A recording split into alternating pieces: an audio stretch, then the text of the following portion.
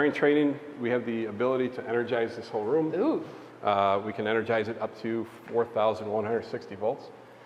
That is your primary lines above, and then these are all your secondary, what we call a bank of transformers hanging on the pole. So it's easy for the guys in school to not have to be up the pole, but they're learning, at this height, and they can work on everything in the room where they're out of harm's way most of the time. So when they are in here, everybody is very aware of what is around them. They're aware of the voltages that they're working with. The instructors are very strict about safety.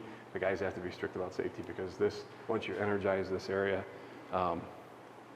you don't want to, you just want to make sure you're taking all the safety precautions as you can so nobody gets hurt.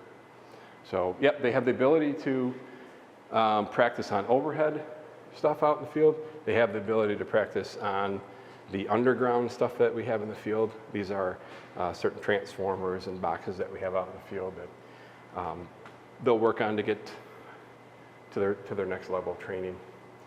So you got to pass the test. So eventually you have to pass a test. It's assessment type test, yeah. Okay. And everything is mostly on the job training, and they'll put a group through here, probably 15, 20 guys at a time, 20 guys and girls. So we have, there's also a lab up in Niagara Falls, up at one of our barns up there on New Road, and they do the first year training, second year training, and fourth and fifth year training up there as well. And then at that point, so 5 years, and then you can go out. 5.5 years till you make on your what they call line mechanic. Do people ever go out on their own, or are they always paired with somebody? No, they're always in a team. Okay. So there's nobody that just goes out alone for training purposes only.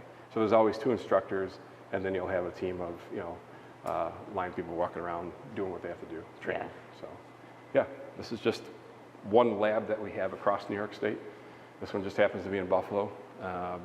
Like I said, we have one in Niagara Falls. We have we have a couple in Syracuse, and there's some in Albany as well, in Massachusetts, because we go all the way out there.